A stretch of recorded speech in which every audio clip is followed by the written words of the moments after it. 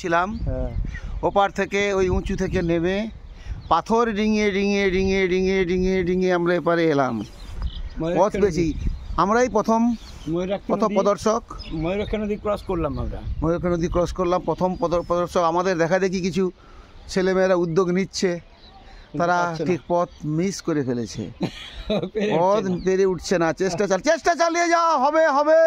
এদিক দিয়ে পুল আছে, পুল আছে।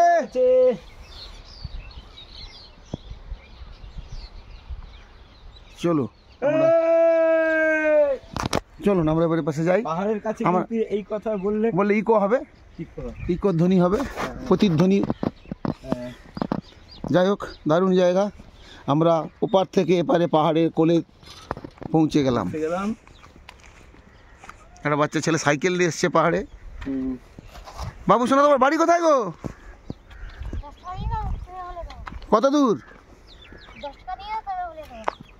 ও তাহলে বলে দেবো।